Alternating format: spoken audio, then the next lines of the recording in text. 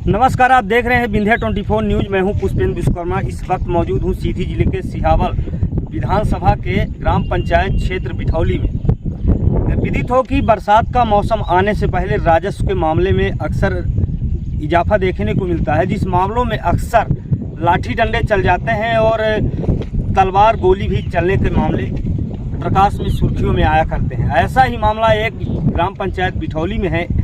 युवा समाज से हैं और इनके जो सरहदी पट्टेदार हैं, तो इनका पहले से बहुत दिनों से ज़मीनी विवाद चल रहा था, जिस विवाद को ख़त्म करने के लिए इन्होंने राजस्व में आवेदन दिया था सीमांकन का। सीमांकन होने के बाद जब आरआई पटवारी मौके पर आके सीमांकन कर दिए, ज़मीन की पैमाइश कर दिए और यह बता दिए कि आपका यहाँ से है और आपका यहाँ से है। लेकिन कुछ दबंग ऐसे होते हैं, एक कहावत है बघेली में, जिसकी लाठी उसकी भैंस।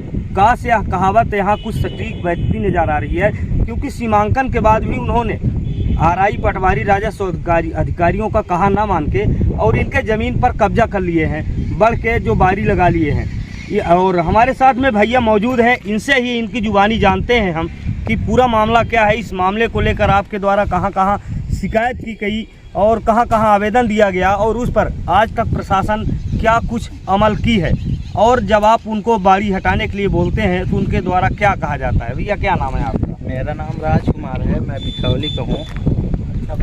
पिता का नाम लगनधारी भुजबा है। मैं सीमांकन करवाया हूँ। मेरा सीमांकन ज़मीन नाप हो चुकी, आरआई नाप दिए, पटवारी नाप दिए। अगला पार्टी छोड़ने के लिए नहीं तैयार हो रहा है। सरहंगई से मेरी बाड़ी रूंधे हैं। आपके विपक्ष पार्टी का क्या नाम? मेरे विपक्ष पार्टी का राम लखन शुक्ला हैं और छोक्कन शुक्ला हैं और रामचंद्र शुक्ला हैं। नहीं, आप वहाँ से शुक्ला हैं। आप वहाँ के जो है तो पुश्तैनी निवासी हैं कि अभी हाल में? पुश्तैनी निवासी है, मेरी और पुरानी जमीन है, मतलब बाप दादा से लेकर वहाँ रहते हैं। लेकिन विवाद किस बात को लेकर उत्पन्न हुआ? विवाद उत्पन्न यही हुआ कि वो घर बना रहे थे मेरे ज़मीन में, मैं उसको स्टे लगा दिया, इसके कारण विवाद हो गया। आज भी मैं सीमांकन दे के ज़मीन न पाया, तो मेरा एक हाथ ज़मीन उनके निकल रही है, दीवार मेरे में है उनकी।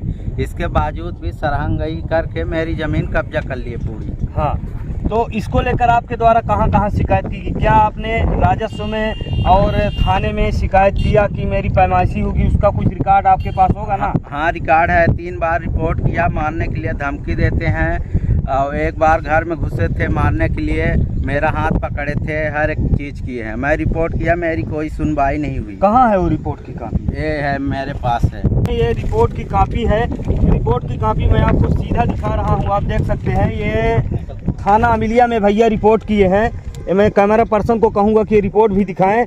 20/6/2023 को यह आवेदन थाना अमिलिया में दिया गया है, लेकिन थाना अमिलिया के द्वारा अब तक क्या कुछ कार्रवाई हुई? क्या मौके पर पुलिस आई? कोई नहीं। पुलिस एक बार आई थी और चली गई, मेरे घर नहीं आई। जो मेरी ज़मीन कब्जा की है उसी घर आई थी, चली गई। हाँ, मेरा कोई सुनवाई नहीं हुआ। और आपने कहाँ कहाँ आवेदन दिया? थोड़ा खोल कर दिखाएं तो। मैं सिहावल ब्लॉक में आवेदन दिया था, मेरा उसका नकल भी मिल चुका है। इसके बावजूद भी छोड़ने के लिए नहीं तैयार हो रहे हैं। देखिए, इन्होंने 3 बार आवेदन दिया, थाने में दिया, राजस्व में दिया, तहसील में दिया, लेकिन इनके प्रति प्रशासन की तनिक भी नज़र नहीं आई। पुलिस भी आई तो खाना पूर्ति करके अमिलिया थाने की पुलिस लौट गई। अब आप सोच सकते हैं कि यही छोटे छोटे मामले बड़े मामले हो जाते हैं ज़मीनी विवाद में। जिस मामले को पुलिस नज़रअंदाज करती है, प्रशासन नज़रअंदाज करता है कि चलो छोटा मामला है, ऐसा ही सुलझ जाएगा, लेकिन यही छोटा मामला आज आए दिन में बड़ा मामला हो जाता है। इनके साथ मारपीट हो सकती है, कुछ भी हो सकता है, लेकिन प्रशासन की जो कार्यवाही है, यदि उसको कहा जाए तो अब तक निरंक ही नज़र आ रही है। क्या कहेंगे, क्या पुलिस के द्वारा क्या कार्रवाई की गई? पुलिस के द्वारा कोई कार्रवाई नहीं की गई। वो बोलते हैं कि फिर से जाओ वहाँ सिहावल ब्लॉक जाके और एसडीएम को आवेदन दो। जब हमको बोलेंगे कि जाके उजाड़ के फेंको, तब हम आके उजाड़ के फेंकेंगे। तो क्या आपने आवेदन दिया उनके कहने पर? आवेदन मैं नहीं दिया हूँ, मेरी कोई सुनवाई नहीं हुई। 3 बार रिपोर्ट किया, मैं जहाँ निकलता हूँ मारने के लिए वो लोग धमकी देते हैं। अब आप शासन प्रशासन से क्या कहेंगे? जब थाने में सुनवाई नहीं हुई तो अब आप कहाँ न्याय की गुहार लगाएंगे कि आपको न्याय मिले? हमको न्याय दीजिए, चाहे जहाँ से मिले न्याय। तो शासन प्रशासन से आप क्या कहेंगे? पुलिस अधीक्षक के पास जाएंगे, कलेक्टर के पास जाएंगे, कहाँ जाएंगे, कहाँ न्याय की गुहार लगाएंगे? अब कलेक्टर के पास जाएंगे, गुहार लगाएंगे। क्या लगता है कि आपको न्याय मिल जाएगी? अब न्याय तो मिलनी चाहिए, अब पता नहीं मिलती है कि नहीं मिलती, इसकी कोई गारंटी नहीं। बोलते हैं भाजपा की सरकार है तो कुछ नहीं करेगी। मेरा जो करना है, जहाँ जाना है जाओ, अगला पार्टी बोलता है। मतलब वो भाजपा के क्या कार्यकर्ता है, नेता है, कौन है? नेता नहीं है, कोई नहीं है। बोलते हैं मेरी राज्य है तो कुछ नहीं होगा, तुमको जहाँ जाना है, दौड़ना है, वो दौड़ते रहो। अब देखिए, जैसा कि भैया ने कहा कि अब ये जो यहाँ के क्षेत्रीय लोग हैं, एक राष्ट्रीय पार्टी को भी बदनाम करने में तुले हुए हैं, जबकि पार्टी की यह मंशा कभी नहीं होती कि दो पट्टेदार आपस में लड़ जाएं, मर जाएं, विवाद हो। लेकिन ये ऐसे दमंग हैं कि भाजपा को भी बदनाम करने का प्रयास कर रहे हैं। अब पता नहीं इसके अंदर क्या राज है, क्या खिचड़ी है, किस भाजपा नेता की इनके ऊपर छत्र छाया है।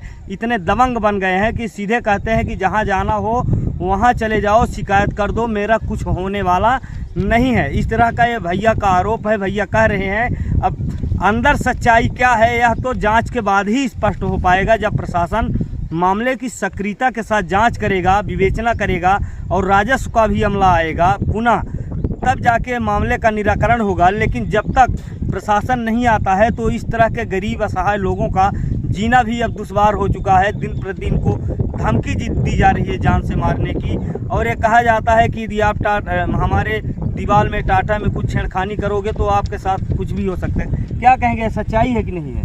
सच्चाई नहीं है, ये गलत हो रहा है, मेरे साथ अन्याय हो रहा है। किस तरह की धमकी देते हैं आप? धमकी देते हैं कि जाओगे यहाँ तो मारेंगे, पीटेंगे। उस दिन बोल रहे थे घर से निकलो तो हम मारेंगे। मेरा भुट्टा चरा लिया है उसी की वजह से। हाँ, तो चलिए देखिए रहे भैया, अब आगे देखना होगा कि इन्होंने ये कह रहे हैं कि अब हम जिला कलेक्टर के पास भी जाएंगे और शिकायती आवेदन पत्र देंगे। अब ये देखने वाली बात होती है कि जिला प्रशासन के द्वारा इन्हें न्याय मिल पाती है या नहीं मिल पाती है, यह देखने वाली बात होगी। फिलहाल खबर का प्रकाशन के बाद अब देखना यह होगा कि क्या प्रशासनिक अमले में क्या कुछ कान में जूं रेंग पाती है, क्या ये अलर्ट हो पाते हैं या नहीं हो पाते, यह देखने वाली बात होगी। सीधी से पुष्पेंद्र विश्वकर्मा के साथ सिहावल से के विश्वकर्मा, विंध्या 24 न्यूज़ सीधी।